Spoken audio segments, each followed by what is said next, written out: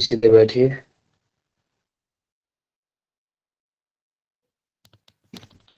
ओ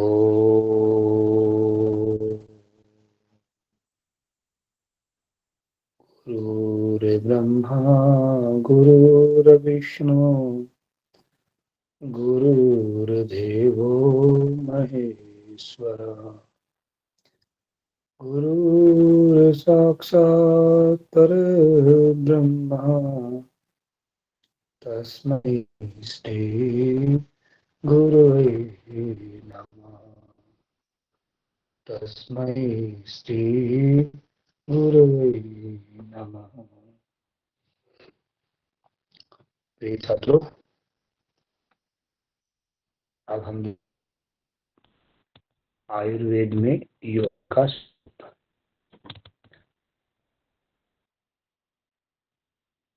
आयुर्वेद सामान्य रूप से जब हम चर्चा करते हैं तो ऐसा लगता है कि ये आयु वेद है, अर्थात जीवन को स्वस्थ रखने का वेद है। आयु मतलब उम्र, वेद मतलब वेद, ज्ञान का सिद्धांत। तो स्वस्थ जीवन जीने का जो सिद्धांत है वो इसमें है, ऐसा हम सब मानते हैं और हैं भी। लेकिन हम ऐसा कभी नहीं सोचते हैं कि आयुर्वेद में भी योग दर्शन की भांति मन, आत्मा, इंद्रिय, इन सब चीजों की चर्चा की होगी। वस्तुतः इनमें संपूर्ण सर्वांगीण विवेचन इन विषयों की भी की गई है, जिसमें मन है, इंद्रिया है, इंद्रियों के कार्य है, विषय है, इन सब की विवेचना भी आयुर्वेद में की हुई है।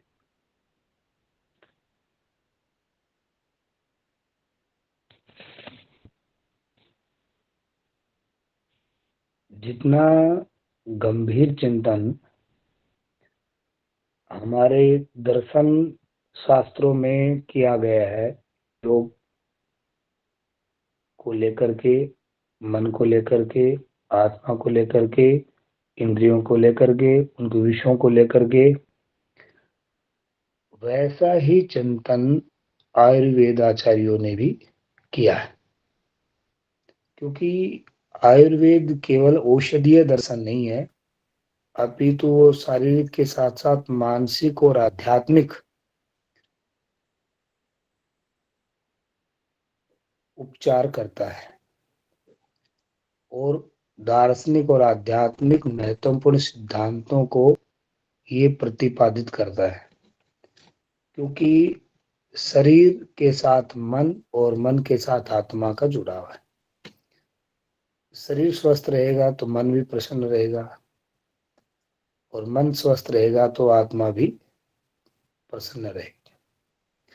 इसलिए तीनों का जुड़ाव होना बहुत जरूरी है।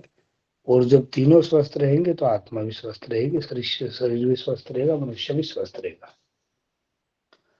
WHO पहले शरीर को स्वस्थ मात्र को ही स्वस्थ व्यक्ति का प्रमाण मानते थे। बाद में जब मनोरोग बढ़े तो WHO को समझ में आया कि शरीर से ऊपर भी कोई चीज है, तो वे मन की बात करने लगे कि मानसिक रोग भी होते हैं।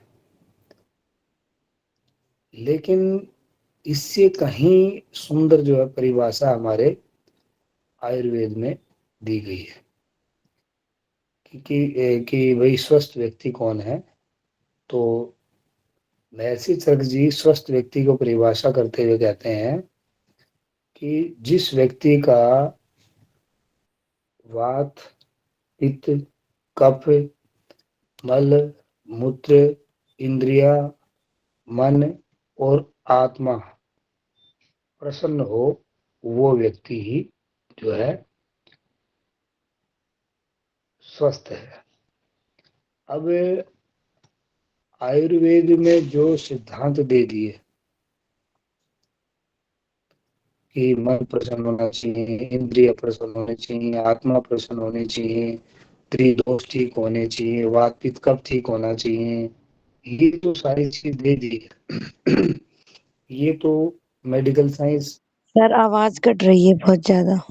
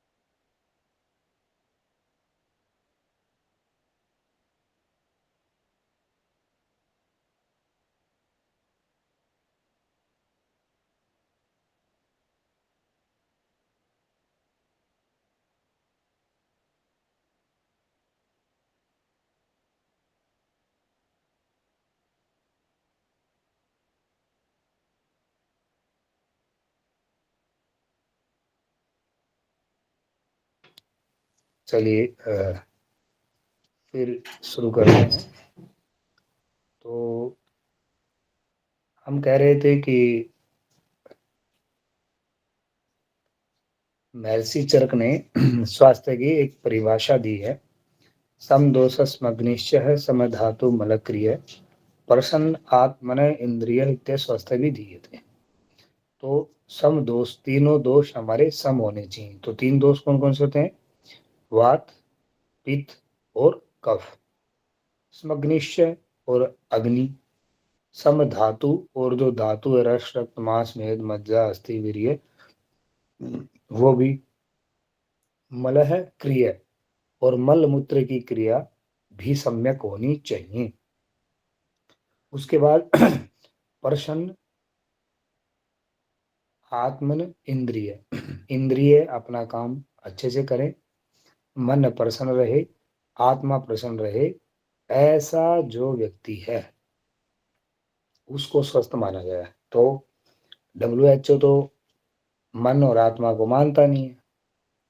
पहले तो मनोविकारों को ही नहीं मानता था, पहले केवल शरीर स्वस्थ है, ठीक है, लेकिन फिर मन भी मानने लगा, आत्मा भी मानने लगा।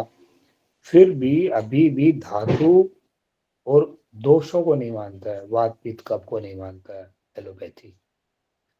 तो सप्त धातु या सम दोष इनको नहीं मानता, अभी भी वो अधूरा है। हमारे यहाँ तो परिपूर्ण परिभाषा। कहने का तात्पर्य है कि जो हमारे यहाँ ऋषि मुनियों ने जो अनुसंधान किया है आयुर्वेद में, वो काफी पहले से ही बहुत अच्छा और बहुत बड़ा अनुसंधान किया हुआ है। इसमें अध्यात्म भी है, इसमें दर्शन भी है और इसमें आयुर्वेद के सिद्धांत भी है। अब योग के लक्षण की बात करते हैं तो आयुर्वेद में योग और मोक्ष को मन और आत्मा से संबंधित माना है। अर्थात जो मोक्ष है, योग है, वो मन के द्वारा, आत्मा के द्वारा प्राप्त किया जा सकता है मोक्ष। तो ये आयुर्वेद में इस प्रकार से कहा गया है। और योग का लक्षण बताया गया है कि जो व्यक्ति की आत्मा, इंद्रिय, मन और इंद्रियों के विषय सन्निकर्ष से सुख और दुख दोनों होते हैं। जब आत्मा स्थिर हो जाती है, अर्थात मन आत्मा में स्थिर हो जाता है, तब जाके आत्मा को केवल्य की प्राप्ति होती है। तो जब आत्मा में मन स्थिर होता है तो मन के द्वारा कोई भी कार्य न होने पर सुख और दुख दोनों की निवृत्ति हो जाती है, और तब जो है आत्मा में एकाग्रता आती है और वो फिर अपने स्वरूप को देखती है। ऐसा योग में चर्चा किया गया। महर्षि चरक जो है वो योग का स्वरूप और उसका लक्षण बताते हुए एक विशेष महत्वपूर्ण विवेचना की है, करते हैं। योग में मात्र मन वशीभूत नहीं होता है, अपितु मन के साथ तन, समस्त इंद्रियां भी नियंत्रित हो जाती हैं। ये महर्षि चरक ने कहा है। और कहा है शरीरस्य मनसः वशित्वम चोपजायते, कि भाई इस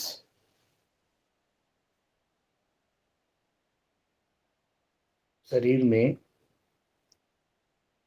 मन के साथ तन, अर्थात शरीर, शरीर के साथ मन, मन के साथ इंद्रिय, सभी की सभी नियंत्रित होती हैं।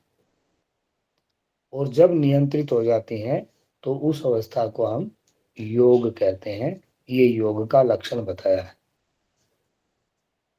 क्योंकि संसार में जितनी भी वेदनाएं हैं उन सभी का अधिष्ठान, अधिष्ठाता कौन है?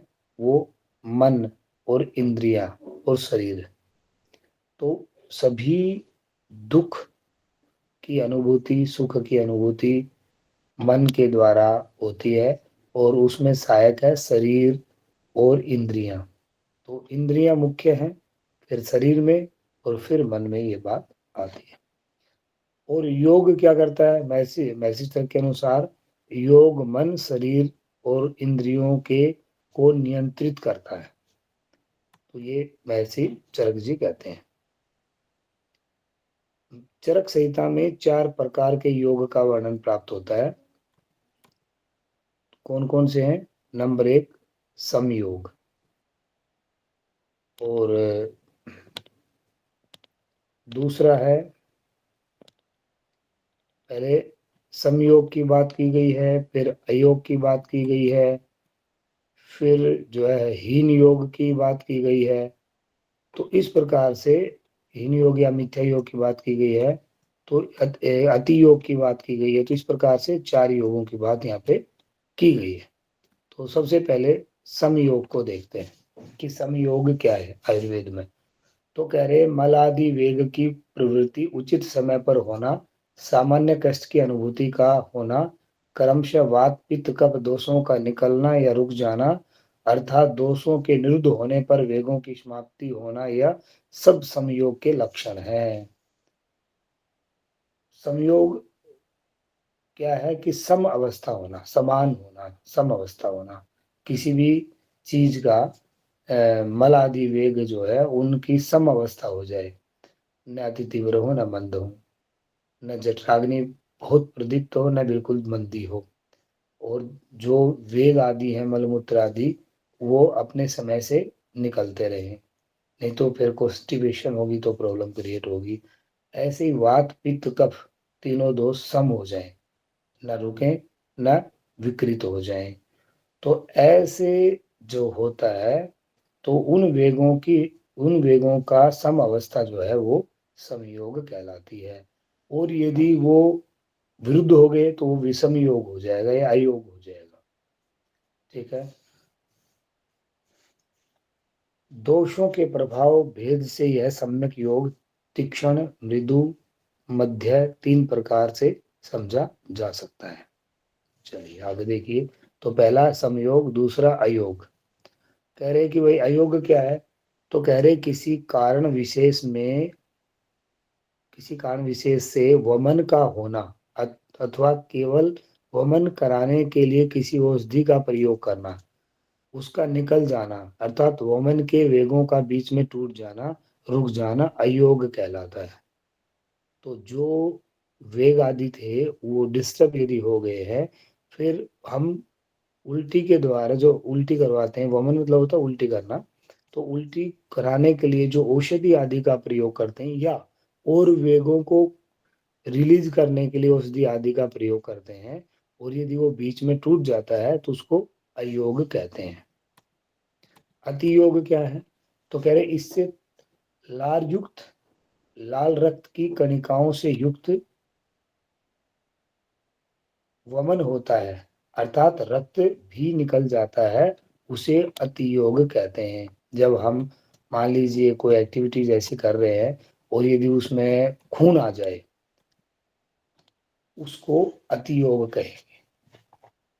और हीन योग और मिथ्या योग क्या है? कह रहे दोष युक्त सड़ी गली अधिक समय तक रखी गई जली सूखी अधिक आर्द्र वस्तु आहार आदि का सेवन, अथवा स्नान वस्त्र आदि का ऋतु के विपरीत सेवन करने से व्याधि की संभावना रहती है, जिसे हीन योग या मिथ्या योग कहते हैं। कहने का तात्पर्य यह है कि जो दोष युक्त भोजन है, सड़ा गला भोजन है, रूखा सूखा भोजन है और बासी भोजन है, उसका सेवन करना क्या है?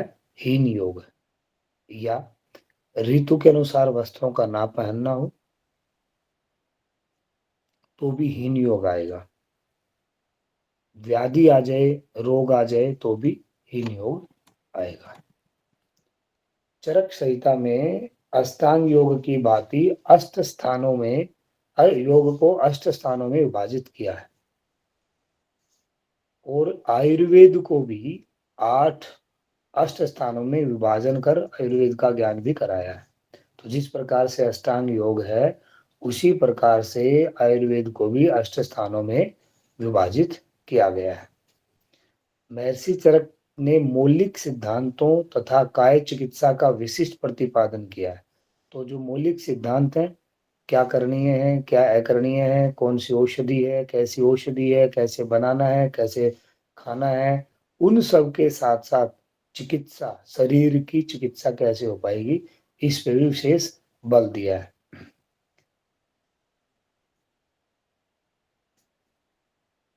आयुर्वेद की संहिताएं शारीरिक रोगों के लक्षण, उनकी चिकित्सा के साथ साथ मनो आध्यात्मिक भावों का भी विश्लेषण करती है। अर्थात आयुर्वेद में जो संहिताएं हैं, जो मंत्र हैं, जो श्लोक हैं, वो शारीरिक रोगों के लक्षण, शरीर के लोग और उनकी चिकित्सा के साथ साथ मन और मन के द्वारा घटित होने वाले रोग, आध्यात्मिक, मानसिक और आध्यात्मिक रोगों के बारे में विशेष कार्य किया है। विशेष रूप से उनका वर्णन, विश्लेषण प्राप्त होता है। ऐसे ही आयुर्वेद में यम की भी चर्चा की गई है, नियम की भी चर्चा की गई है। तो यम नियम किस रूप में है यहाँ पे, कि मन, वचन और कर्म से किसी भी प्राणी को किसी भी प्रकार से दुख न देना अहिंसा कहलाता है। अहिंसा तम का द्योतक है। यह अभी अभिघात और प्रतिरोध को उत्पन्न करने वाला है। तो जो अहिंसा है, हम हिंसा करते हैं, तो हिंसा किसी भी प्राणी को मन वचन कर्म से करते हैं तो उसका हमें पाप मिलता है। और ये किसका द्योतक है? हिंसा तम का द्योतक है, तमोगुण का द्योतक है। इससे क्या होता है, हमारे मन का में प्रतिरोध पैदा होता है, इसलिए हिंसा नहीं करनी चाहिए। आयुर्वेद में पाप क्रम बता करके अहिंसा को, हिंसा को त्यागने के लिए कहा गया है कि हिंसा जो है वो पाप कर्म है, इसलिए हमें उसको त्यागना चाहिए।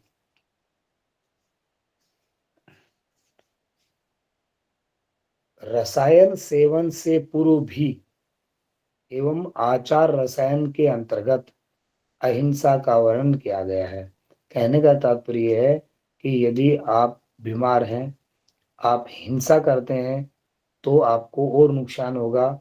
यदि आप दवाई लेने से पहले हिंसा करते हैं तो भी आपको नुकसान होगा। तो वो दवाई जो है आपके ऊपर काम नहीं करेगी। वो रसायन का सेवन करे, रसायन के सेवन से पहले पूर्व हिंसा नहीं करनी चाहिए। नहीं तो यदि हमारे मन में इस प्रकार के हिंसा के भाव रहेंगे तो वो रसायन भी आपको काम पे नहीं आएगी। इन्होंने हिंसा का वर्णन भी किया है। सत्यवादी क्रोधम निवृत्ति मध्य में थुनात् अहिंसा काम नाशा नासा ना नायाम नायासम प्रशांतम प्रियवादिनम, कि भाई सत्यवादी होना चाहिए, क्रोध ना करने वाला होना चाहिए। तो पहले क्या होना चाहिए? सत्यवादी, सत्यवादी होना चाहिए, और सत्य बोलने वाला होना चाहिए। अक्रोधम, और क्रोध ना करने वाला होना चाहिए। तो सत्यवादी होना चाहिए, झूठ बोलने वाला नहीं होना चाहिए, क्रोध न करने वाला होना चाहिए, और क्या नहीं होना चाहिए? तो मध्यम नेतनम चाहिए। और कह रहे मध्य, आज बताया था आपको हमने, शराब आदि का सेवन, मैथुन, मैथुन मतलब शारीरिक संबंध बनाना, अहिंसा, अहिंसा करना, और मनः याशम प्रशांतम प्रियवादिनम, और मन का शांत होना चाहिए और प्रियवादी होना चाहिए। यदि इस प्रकार से यदि व्यक्ति होता है तो वो यम नियम का पालन करता है।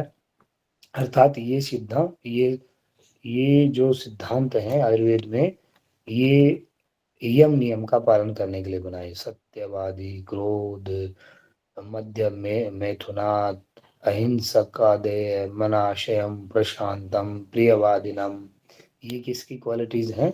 योगी की क्वालिटी है। योगी ऐसा होता है, इसलिए योग के ये लक्षण बताए गए, कारण बताए गए। लोग योग में योगी को क्या करना चाहिए और क्या नहीं करना चाहिए, तो यम नियम जो आयुर्वेद में वो बताया गया है। इसलिए कहा गया सत्यम ब्रूयात प्रियम ब्रूयात न ब्रूयात असत्यम प्रियम, तो नान ऋतम ब्रूयात, तो असत्य और प्रिय कभी भी नहीं बोलना चाहिए। इसी प्रकार अस्तेय के बारे में आयुर्वेद में कहा है कि चोरी नहीं करनी चाहिए, आचार्य बागभट्ट ने अस्तेय को 10 विध पाप कर्म के अंतर्गत लिया है। तो आचार्य जो बागभट्ट हैं आयुर्वेद के आचार्य, वो भी उन्होंने 10 विध पाप कर्मों के अंतर्गत लिया गया है। और मन वचन और कर्म से त्यागने के लिए कहा गया। किसको? अस्तेय को। अस्तेय मतलब चोरी करने को, ये कि करना नहीं चाहिए। और किससे किससे त्याग दें? मन वचन कर्म से इसको त्यागने की बात कही गई है। जीवन के 3 उपस्तंभों में ब्रह्मचर्य की गणना की गई है। और आचार रसायन में मद्य एवं मैथुन से निवृत्त रहने के लिए बताया गया। अर्थात ब्रह्मचार्य रहना बहुत जरूरी है। और मद्य और मैथुन से निवृत्ति हो जाएगी यदि आप ब्रह्मचारी रहेंगे तो। और ज्वर चिकित्सा में आचार्य चरक ने कहा है कि ब्रह्मचर्य के द्वारा ज्वर मुक्ति हो जाती है। अर्थात यदि हम ब्रह्मचारी होंगे तो ब्रह्मचर्य ज्वरात प्रमुच्यते, जो ब्रह्मचारी होता है वो ज्वर से मुक्त हो जाता है। अर्थात या तो बुखार उसको आएगा ही नहीं, और आएगा तो कुछ ही क्षणों में, अर्थात कुछ ही समय में वो चला जाएगा, खत्म हो जाएगा। और ब्रह्मचारी यदि पूर्ण रूप से रहेंगे तो वो आएगा ही नहीं। जीवन पर्यंत स्वस्थ रहने के लिए मनुष्य को मन वचन और कर्म की पवित्रता आवश्यक है। तो महर्षि चरक जी का उपदेश है कि यदि जीवन पर्यंत मनुष्य स्वस्थ रहना चाहता है तो वो मन से, वचन से और कर्म से पवित्र बना रहे। यदि पवित्र नहीं रहेंगे तो फिर ये संभव नहीं है। कि प्रत्येक मनुष्य के लिए स्वास्थ्य वृत्त नियमों का पालन आवश्यक है। और उन्होंने कहा कि ठीक है, यदि स्वास्थ्य व्रत का भी नियम आपको पालना चाहिए, क्योंकि यदि स्वास्थ्य व्रत का पालन नहीं करेंगे तो भी आप बीमार हो सकते हैं। चरक का वचन है कि सौम्य बुद्धि, मधुर वचन, सुख कारक कर्म, निर्मल और पाप रहित बुद्धि, विवेक, तप तथा यम नियम प्राणायाम आदि योग का सदैव सेवन करने वाला मनुष्य कोई भी शारीरिक मानसिक कष्ट नहीं भोगता।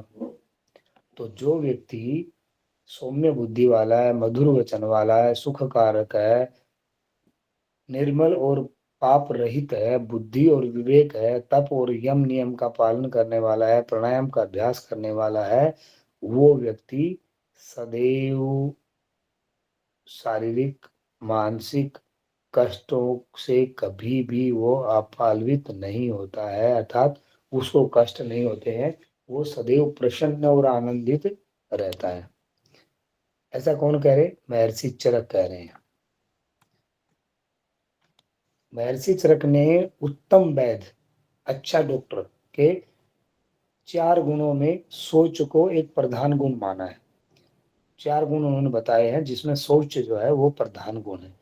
सोच से कायिक, वाचिक और मानसिक शुद्धि होती है, ऐसा आयुर्वेद में महर्षि चरक जी कह रहे हैं कि जो सोच है उससे शारीरिक, मानसिक, वाचिक, मानसिक, वाचिक और शारीरिक शुद्धि होती है।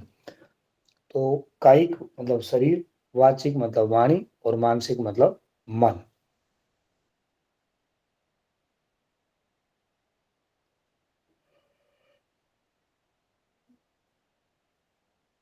आयुर्वेद शास्त्र में 2 प्रकार के शुद्धि का वर्णन है। तो आयुर्वेद के अंदर क्या है? 2 प्रकार की शुद्धि का वर्णन किया गया। इन्हें योगी जन बाह्य शुद्धि या बाह्य शौच अथवा आंतरिक शौच के नाम से जानते हैं। आयुर्वेद में बाह्य शुद्धि के लिए अंग प्रक्षालन, स्नान, दंत धावन, कवल ग्रह आदि कर्म बताए गए हैं।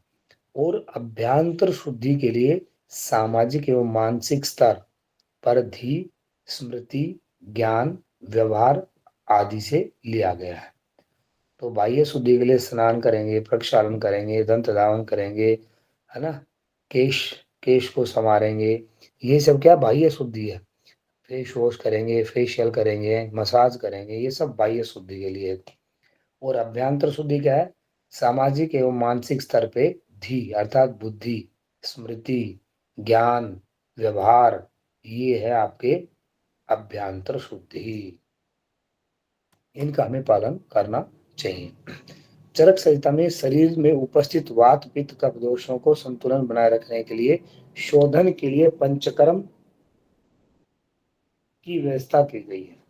तो चरक संहिता में शरीर में उपस्थित जो है वात पित्त और कफ, इन दोषों के संतुलन बनाए रखने के लिए जैसे ही ये असंतुलित होते हैं तो हम बीमार हो जाते हैं। तो आयुर्वेद ये कहता है कि कोई रोग होता ही नहीं है, रोग कोई भी नहीं है। तो क्या है?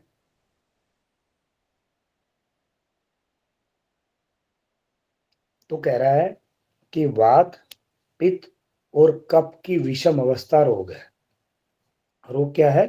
वात, पित्त और कफ की विषम अवस्था।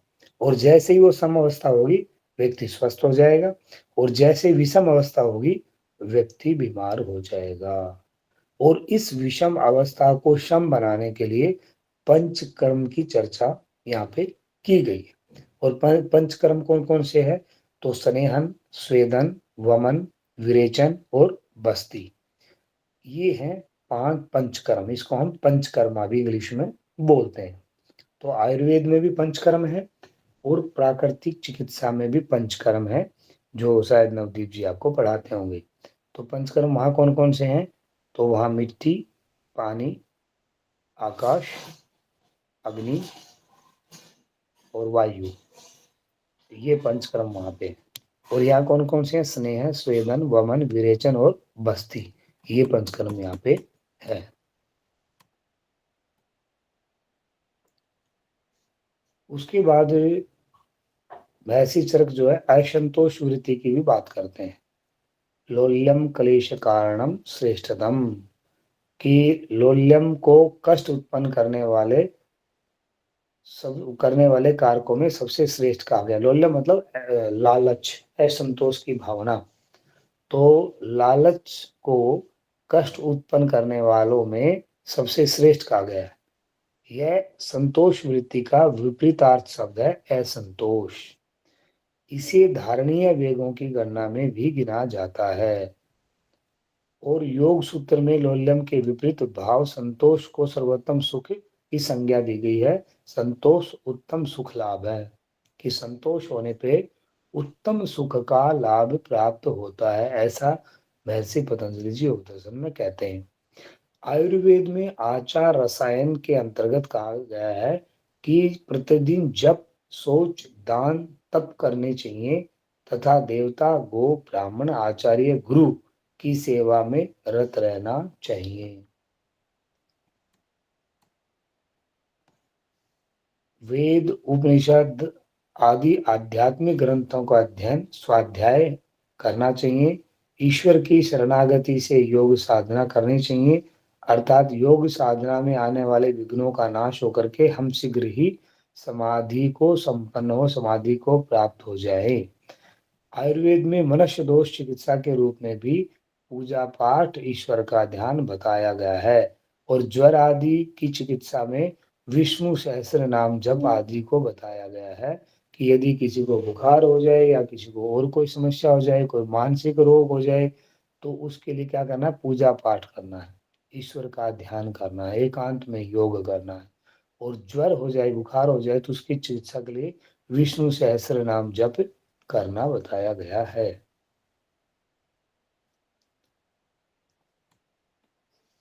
सामयिक सदृत, तो सामयिक सदृत में गुरु, देवता, गो, वृद्ध, ब्राह्मण, सिद्धाचार्यों को नमस्कार, अग्निहोत्र सेवन, प्रशस्त एवं अनुभूत औषधि का सेवन, दोनों समय स्नान, नेत्र इंद्रियों की प्रतिदिन सशुद्धि, केश, नख, दाढ़ी आदि का समय अनुसार सम्मार्जन अर्थात काटना आदि, प्रतिदिन धुले हुए सुगंधित वस्त्रों को धारण करना, सुगंधित पदार्थों का अनुलेपन करना, केशों का प्रसाधन करना अर्थात बालों को अच्छे से बहाना,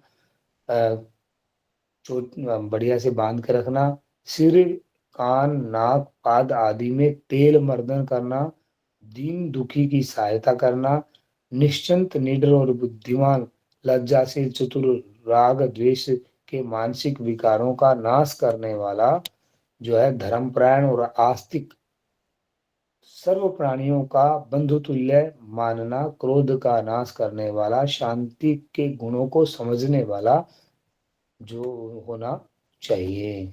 तो इस प्रकार का इन्होंने कहा कि इस प्रकार के जो लोग हैं वो ही जो है सुख और शांति और आनंद को प्राप्त कर सकते हैं। ये सामयिक सदृत है, अर्थात सबके लिए एक सी भावना वाला सदृत। उसके बाद है व्यवहारिक सदृत। और व्यवहारिक सदृत में क्या है कि प्रातः एवं सायंकाल संध्या करनी चाहिए, भोजन, अध्ययन, सायन या स्त्री आदि। तो प्रातः एवं सायं संध्या काल में भोजन नहीं करना चाहिए, अध्ययन काल में शयन नहीं करना चाहिए या स्त्री आदि का सहवास नहीं करना चाहिए। बालक, वृद्ध, रोगी, मूर्ख, क्लेशयुक्त जीवन व्यापन करने वाले और नपुंसकों के साथ मित्रता न करें। तो बालक, वृद्ध, रोगी और मूर्ख, क्लेशयुक्त जीवन। कूड़ा भी ले आई है। सर हाँ बेटा बोलिए। सर ये शयन या स्त्री सहवास मतलब साथ में घूमना। स्त्री सहवास का मतलब बेटा सेक्स करना, गोना नहीं है। गोना तो सगाई हो गई है, स्त्री सहवास का मतलब होता है सेक्स करना। तो शयन या स्त्री के साथ सेक्स ना करें। वृद्ध, बालक, वृद्ध, रोगी, मूर्ख, क्लेशयुक्त जीवन व्यापन करने वाले तथा नपुंसकों के साथ मित्रता न करें। तो किसके साथ मित्रता ना करें? तो बालक के साथ, वृद्ध के साथ, रोगी के साथ, मूर्ख के साथ, और जो क्लेश रखता है जीवन में उसके साथ, तथा नपुंसक के साथ मित्रता ना करें। मद सेवन करना, जुआ खेलना, वेश्यागमन करना आदि की इच्छा ना करें। तो हमेशा सद्व्यवहार रखें, ना तो दारू पीने की इच्छा करनी चाहिए, ना जुआ खेलने की, और ना ही वेश्याओं के पास जाने की इच्छा करें। किसी की गुप्त वार्ता की व्याख्या ना करें, अर्थात किसी के राजों को नहीं बोलना चाहिए। यदि कोई चीज आपने देख ली जीवन में कभी गलत कोई करता हुआ, तो उसका व्याख्यान ना करें, किसी की सीक्रेट ना बताएं, किसी का अपमान ना करें, किसी का त्याग ना करें। बुद्धिमान पुरुषों की सम्मति द्वारा निर्धारित नियमों का त्याग न करें, अर्थात उनका पालन करें। नियमों का उल्लंघन ना करें, अर्थात जो नियम बनाए गए हैं विद्वानों के द्वारा, पूर्वजों के द्वारा, उनका त्याग ना करें। बंधु बांधव, मित्र वर्ग, आपत्ति काल में सहायक तथा गोपनीय रहस्यों को जानने वाले लोगों को सदा संपर्क में रखे, अर्थात उनसे मित्रता बनाए रखे। कौन से? तो जो आपत्ति काल में काम आए, सहायक हो, इमरजेंसी में कभी कोई जरूरत पड़ी तो पता चले कि जो सबसे अच्छी दोस्त था वही हमें धोखा दे के भग गया था, चल मर तू, मैं जा रहा हूँ। जो गोपनीय बात आपके आपके रहस्यों को जानते हैं, आपके गुप्त रहस्यों को, ऐसे लोगों को सदा संपर्क में रखना चाहिए। रात्रि में या अपरिचित स्थान में भ्रमण न करें। ये आयुर्वेद में कहा गया है, रात्रि में या अपरिचित स्थान पे भ्रमण ना करें। कार्य कुशल, उदार, असूयार रहित, असूया रहित ब्राह्मणों का सम्मान करने वाला होवे, अर्थात कार्य कुशल होना चाहिए, उदार भाव होना चाहिए, असूया अर्थात हमेशा दान देने वाला होना चाहिए, ब्राह्मणों का सम्मान करने वाला होना चाहिए। वृद्ध, गुरुजन गण, राजा आदि का अपमान या आक्षेप न करें। तो बुजुर्ग व्यक्ति का, गुरुजनों का, राजा का, राजा के सिपाहियों का कभी भी अपमान नहीं करना चाहिए, सदैव उनका सम्मान करना चाहिए। तो ये क्या है? ये सद्व्यवहारिक व्रत है। उसके बाद प्राणायाम की भी बात की गई है कि प्राणायाम जो है, प्राणवायु का शरीर में प्रविष्ट होना, श्वास का बाहर निकल जाना, प्रश्वास होना, ये क्या है? प्राणायाम है। श्वास का अंदर आना और श्वास का बाहर जाना, श्वास प्रश्वास का सामान्य अवस्था में चलना प्राण वायु का कार्य है, अर्थात उसको हम प्राणायाम बोलते हैं। आयुर्वेद में भी वायु को आयु कहा गया है, और वायु के द्वारा ही प्राणायाम आदि क्रियाओं को संपन्न करने की बात कही गई है। और कहा गया है कि जितनी वायु लेंगे उतनी आयु बढ़ेगी, जितनी आयु वायु कम लेंगे उतनी आयु घटेगी। इसलिए लंबी और गहरी सांस लेनी चाहिए। वायु प्राण संज्ञाम प्रदानम वायु आयु वायु प्राणापानो प्राणम रक्ष्य चतुर्यो ही प्राणा जहाति। कह रहे वायु प्राणायाम क्रिया का संपादन करती है और आयुर्वेद में वायु को यत्र तत्र को धारण करने वाली कही गई है, अर्थात वायु ही आयु है, वायु के द्वारा ही आयु प्राप्त होती है। यदि वायु कम होगी तो हम बीमार होके जल्दी ही संपन्न हो जाएंगे, और वायु यदि सही मात्रा में हमें प्राप्त होती रहेगी तो हम हमेशा स्वस्थ रहेंगे। प्राण, उदान, समान, व्यान और अपान को आत्मा का ही रूप कहा गया है तथा यही शरीर की सभी चेष्टाओं को नियंत्रण करने वाले बताए गए हैं। सभी इंद्रियों को अपने विषयों में प्रवृत्त करने वाले भी यही है। कौन? 5 प्राण, 5 उप प्राण, यही जो है हमारी सभी क्रियाओं का संपादन करते हैं। वायु शरीर एवं शरीर अवयवों को धारण करने वाली है, अर्थात वायु जो है वो शरीर और शरीर में जो अवयव है उनको धारण करने वाली है। चेष्टा, गति आदि का नियंत्रण और प्रणयन भी वायु के द्वारा होता है। तो जो हम बोल रहे हैं, जो हम सुन रहे हैं, जो हम कर रहे हैं, जो हम खा रहे हैं, जो हम पी रहे हैं, ये सारी और गति और चेष्टाओं का नियंत्रण कौन है? वायु है। ध्यान और समाधि की बात भी की गई है।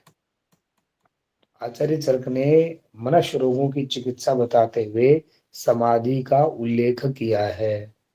समाधि के पहले आचार्य ने ज्ञान, विज्ञान, धैर्य, स्मृति का उल्लेख किया गया है कि समाधि से पहले जो लोग, जो मरीज, जो मानसिक रोगी है, उनको ज्ञान, विज्ञान, धैर्य, स्मृति आदि का अभ्यास करना चाहिए। पहले ज्ञान का अभ्यास करना चाहिए, फिर धैर्य का अभ्यास करना चाहिए, फिर स्मृति को हष्ट-पुष्ट करना चाहिए। उसके बाद जो है वो धीरे धीरे मानसिक रोग खत्म हो जाएंगे।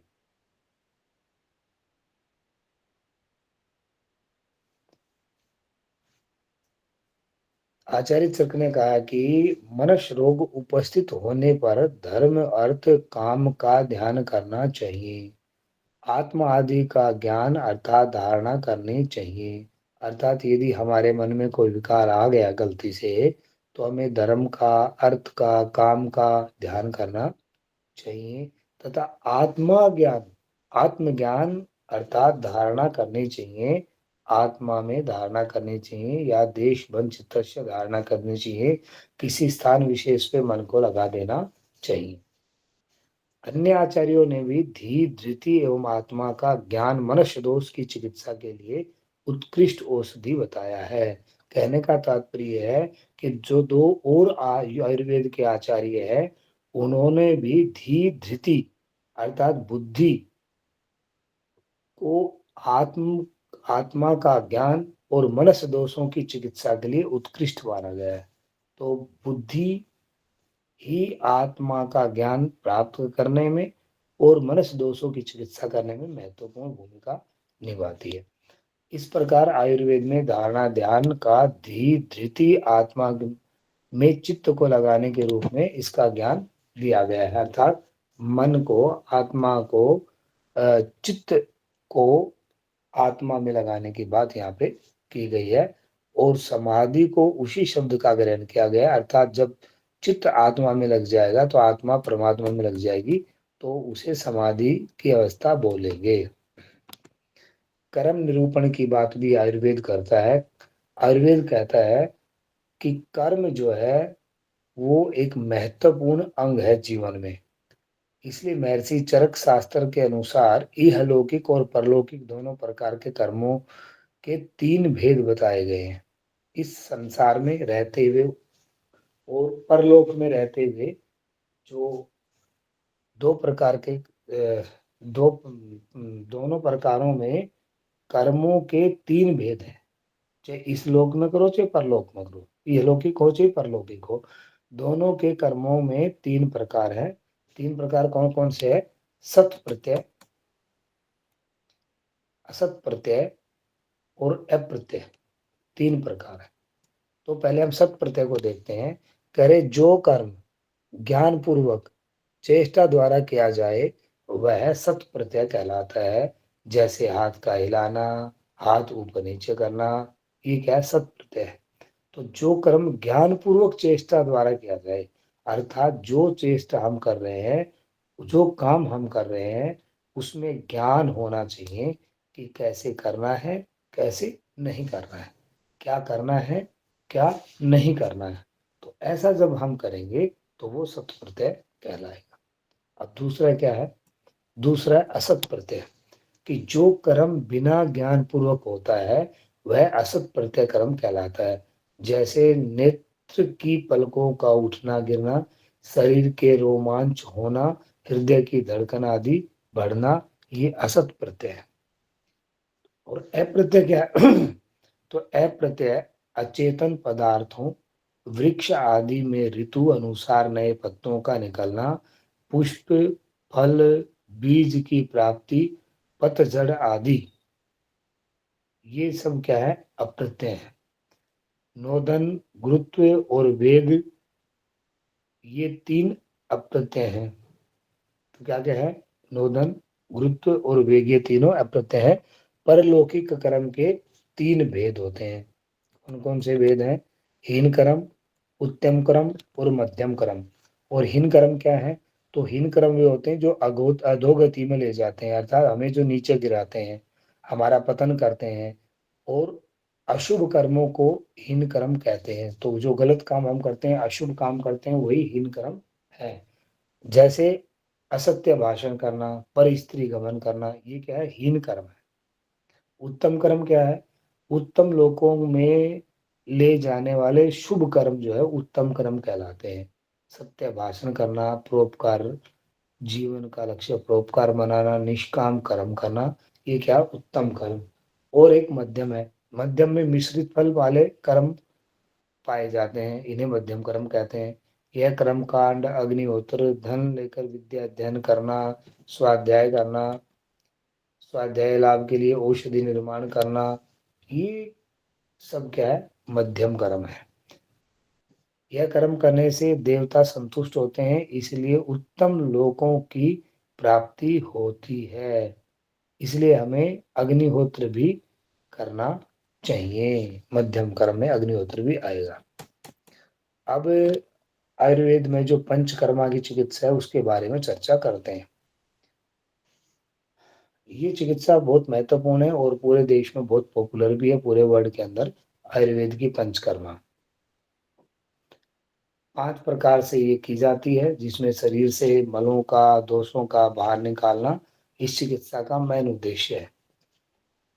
जिन कर्मों को किया जाता है उससे पूर्व कर्म कहा जाता है, अर्थात जो कर्म, पंच कर्म मतलब जो कार्य किया जाएगा, कर्म मतलब क्रिया।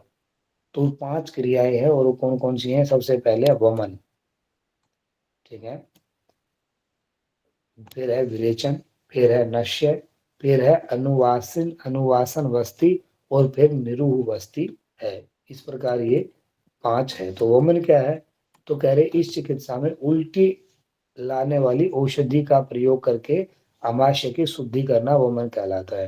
तो पेट की शुद्धि करना वमन कहलाता है।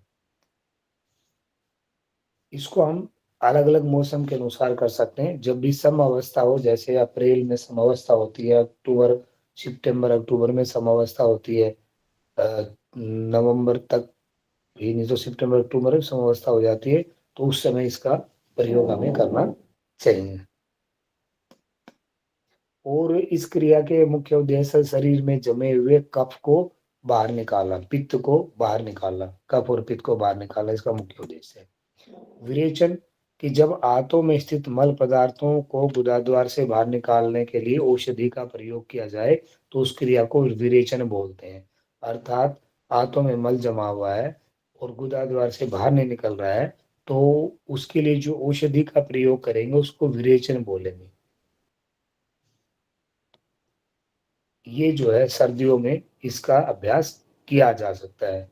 लेकिन अगर कोई गंभीर रोग है तो इसका मौसम और भी किसी मौसम में हम कर सकते हैं। सामान्य अवस्था में हम इसको संघ प्रक्षालन भी कह सकते हैं। नस्य या शिरोविरेचन, सिर, आंख, नाक, कान व गले के रोगों की एक चिकित्सा जो है नाक के द्वारा की जाती है। और नश्य इसलिए इसको नश्य बोलते हैं क्योंकि नाक में दवाई डाली जाती है, शिरोविरेचन करते हैं। इस क्रिया के तहत जो है कफ को बाहर निकाला जाता है। नश्य क्रम में मुख्यतः दो प्रकार है, रेचन और कर्षण। नश्य इसके लिए तीक्ष्ण प्रभाव वाले तेलों का प्रयोग किया जाता है, जैसे बिंदु तेल डालते हैं और भी अलग अलग तेल हैं। तीक्ष्णीय औषधि का रस या क्वाथ में पकाए गए तेलों का प्रयोग किया जाता है। इसके अतिरिक्त औषधि के रस या चूर्ण का भी प्रयोग किया जाता है। और स्नेहन अथवा बृहन नश्य, यह नश्य सिर, नाक आदि ऊपरी अंगों में सनिग्धता लाने के लिए अर्थात चिकनापन लाने के लिए तेल और मधुर रस युक्त औषधियों के रस से इसका प्रयोग किया जाता है, जिसके अंदर तेल या घी का भी प्रयोग करते हैं, नाक में डालते हैं, जिससे नाक संबंधी रोग नहीं होते हैं। अनुवासन बस्ती, तो अनुवासन बस्ती और निरूह बस्ती दो प्रकार की बस्ती यहाँ पे। तो गुदा द्वार में कोई भी औषधि डालने की प्रक्रिया बस्ती कहलाती है। तो आयुर्वेद में अलग अलग तेल, अलग अलग औषधि, अलग अलग गाढ़ा, लस्सी, छाछ, नींबू आदि की बस्ती दी जाती है। तो गुदा द्वार में ये बस्ती देते हैं। जिस बस्ती क्रम में केवल घी, तेल या अन्य चिकनाई युक्त द्रव्यों का अधिक मात्रा में प्रयोग किया जाता है उसे अनुवासन अथवा स्नेहन बस्ती कहते हैं।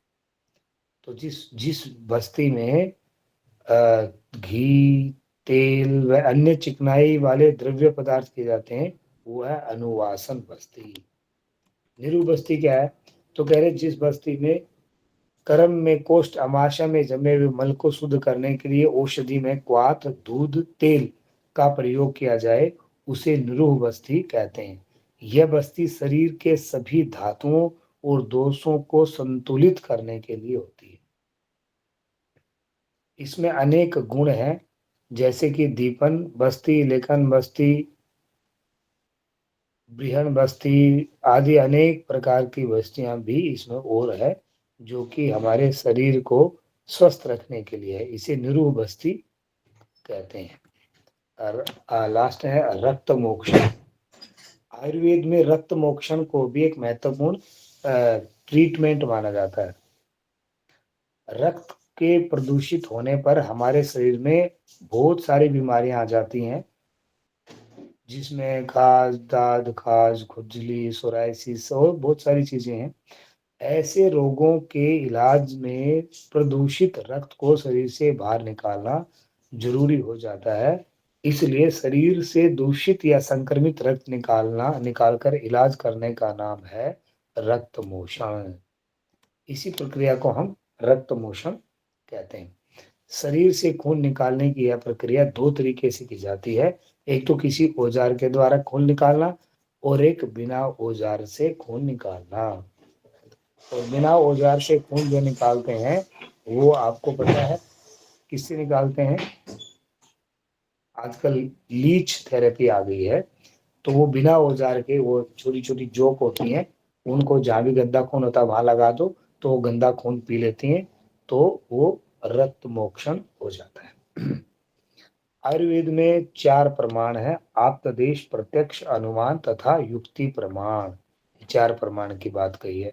पुरुष, आयुर्वेद में सर्व आत्मन मान्य पुरुष चतुर्विंशति तत्वात्मकम राशि पुरुष है। चतुर्विंशति को हेयम राशि पुरुष संज्ञा, पुरुष संज्ञा चेतना को दी गई है। तो चेतन कौन है? आत्म तत्व। तो आत्मा को ही पुरुष कहा गया है। जितनी हमारी इंद्रियां हैं 24 तत्वों से मिलकर के ये बनी है। ठीक है। इसमें मन, पंच ज्ञानेन्द्रिया, पंच कर्मेंद्रिया, पंच इंद्रियों के इंद्रियार्थ हैं, अव्यक्त महतत्व, अहंकार, पंच महाभूत, ऐसे मिलके जो सांख्य का सिद्धांत है वो आयुर्वेद में भी दिया हुआ है। ठीक है। उसके बाद आत्मा के बारे में कही गई है।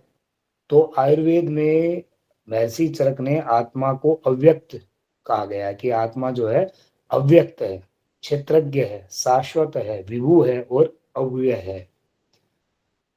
आत्मा अव्यक्त है मतलब उसको व्यक्त नहीं कर सकते हैं। क्षेत्रज्ञ है, वो मालिक है। शाश्वत है, हमेशा रहने वाली है। विभु है, अव्यय है। और ये आत्म तत्व निर्विकार है। ये आत्मा क्या है? निर्विकार है।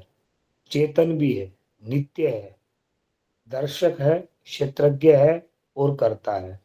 यह साक्षी, चेतन आदि अनेक नामों से जाना जाता है। ऐसा महर्षि चरक चरक संहिता में कहते हैं। और सभी जीवों में, जितने भी जीव इस यूनिवर्स में हैं, उन सभी जीवों में आत्मा निवास करती है। तो जितने जीव हैं उतनी आत्माएं, जिसका साक्षात्कार योग अभ्यास के द्वारा किया जा सकता है। और ईश्वर, तो महर्षि चरक चरक संहिता में ईश्वर शब्द का प्रयोग कई स्थानों पे करते हैं। साथ साथ में राजा, समर्थ, ऐश्वर्यशाली शब्दों का भी ईश्वर के लिए प्रयोग किया गया है, जिसका परमात्मा या जगत नियता के रूप में स्वीकार किया गया। ईश्वराणाम वाशुमताम वमनः विरेचनम, यह पुनः ईश्वराणाम वशुमताम वाश का शांत, ये श्लोक आ गया। चरक संहिता में अन्य स्थानों पे भी ब्रह्म शब्द का प्रयोग, जगत नियंता का प्रयोग हमें प्राप्त होता है। इस प्रकार लोक में ब्रह्म व्याप्त है, उसी प्रकार शरीर में अंतरात्मा भी व्याप्त है। जिस प्रकार संसार में भगवान ईश्वर व्यापक है, उसी प्रकार शरीर में अंतरात्मा व्यापक है। ध्यान रखना इस बात का।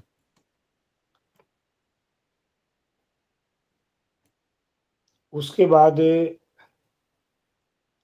महर्षि चरक ने अव्यक्त रूप में कर्ता, विश्वकर्ता, ब्रह्म शब्द का प्रयोग ईश्वरवाची शब्दों के लिए किया गया है, अर्थात ईश्वर के लिए किया गया है।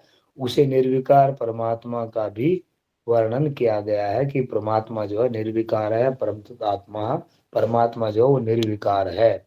और मोक्ष की चर्चा भी की गई है। तो महर्षि चरक ने मोक्ष के स्वरूप का वर्णन करते हुए कहा है कि मन में जो रजस तमोगुण का अभाव होता है तथा बलवान कर्मों का क्षय हो जाता है, तब कर्मजन्य बंधनों से वियोग हो जाए, मुक्त हो जाए, उस अनु अपनुर्भव को मोक्ष कहते हैं, अर्थात तो उस अवस्था को मोक्ष कहते हैं। तो क्या क्या हो जाए? कह रहे मन से रजस तम, सत्व रजतम तीनों का निदान हो जाए, अर्थात राजसिक और तामसिक वृत्ति का नाश हो जाए। कर्मों का, जो पूर्व जन्म के कर्म बलवान कर्म है, उनका क्षय हो जाए। कर्मजन्य बंधनों का वियोग हो जाए, अर्थात छूट जाए। उस ऐसी स्थिति जब प्राप्त हो जाएगी तो उस स्थिति को मोक्ष कहते हैं। इसी प्रकार एक अन्य स्थान पर वर्णन करते हुए यम नियम का पालन, महात्मा पुरुषों की सेवा, आत्मशुद्धि हेतु उपवास, इस जन्म में किए गए कर्मों का क्षय, पुनर्जन्म, कर्माशयों से दूर रहकर कर्म फल हेतु कर्मों का त्याग, धर्म शास्त्रों का अध्ययन, काम क्रोध आदि का त्याग, दुष्ट जनों की उपेक्षा, आत्मा और शरीर के संयोग से भयभीत होना तथा बुद्धि को समाधिस्थ करने का प्रयास आदि को मोक्ष कहा गया है। तो इस प्रकार के जो लोग होंगे उनको मोक्ष प्राप्त हो जाएगा, ऐसे महर्षि चरक जी कह रहे हैं। महर्षि चरक का मत है कि कार्य आत्मा द्वारा संपन्न होकर प्रकृति के स्वभाववश स्वतः होते हैं। तो काम जो हम करते हैं वो आत्मा के द्वारा संपन्न होकर प्रकृति के द्वारा संपन्न होते हैं, संभव होते हैं। सत्यवादी की उत्पत्ति तक में का भ्रम बना रहता है। तो सत्य बुद्धि के अंदर क्या होता है? मैं हूं, इसका भ्रम बना रहता है। और जब मैं ऐसा अहंकार बुद्धि या और मेरा, यह ममत्व भाव माया के प्रपंच से रहता है हमारे अंदर कि मैं हूँ, मैं हूँ, मैं ही सब कुछ हूँ, मेरे द्वारा किया गया है, मेरा है।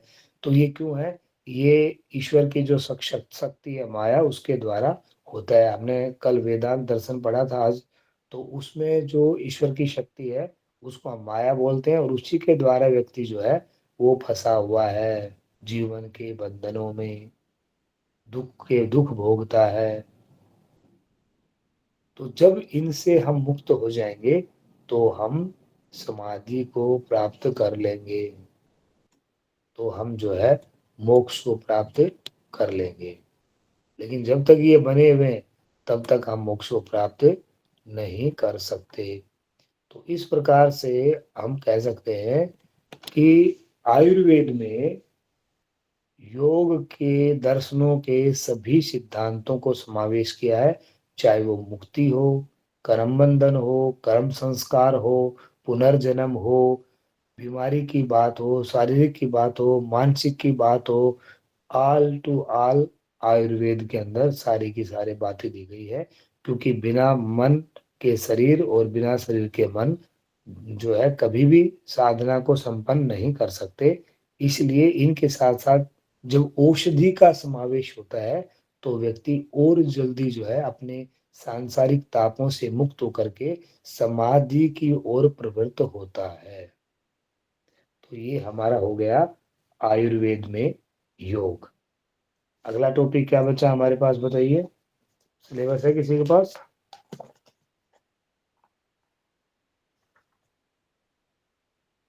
है भाई सिलेबस किसी के पास या नहीं है? हाँ जी सर। आयुर्वेद में योग के बाद हमारे, हाँ,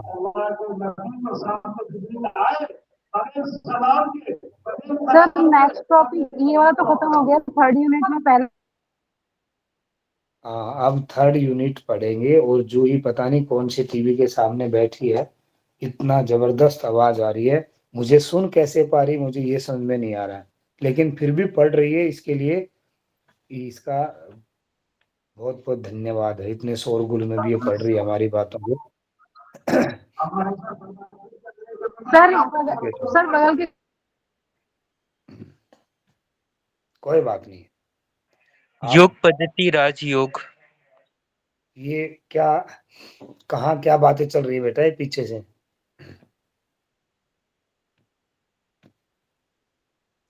ये जो सर है, टीवी। ये पीछे से क्या बातें चल रही हैं भाई हमारे पीछे से? कौन बताएगा कि क्या हो रहा है ये?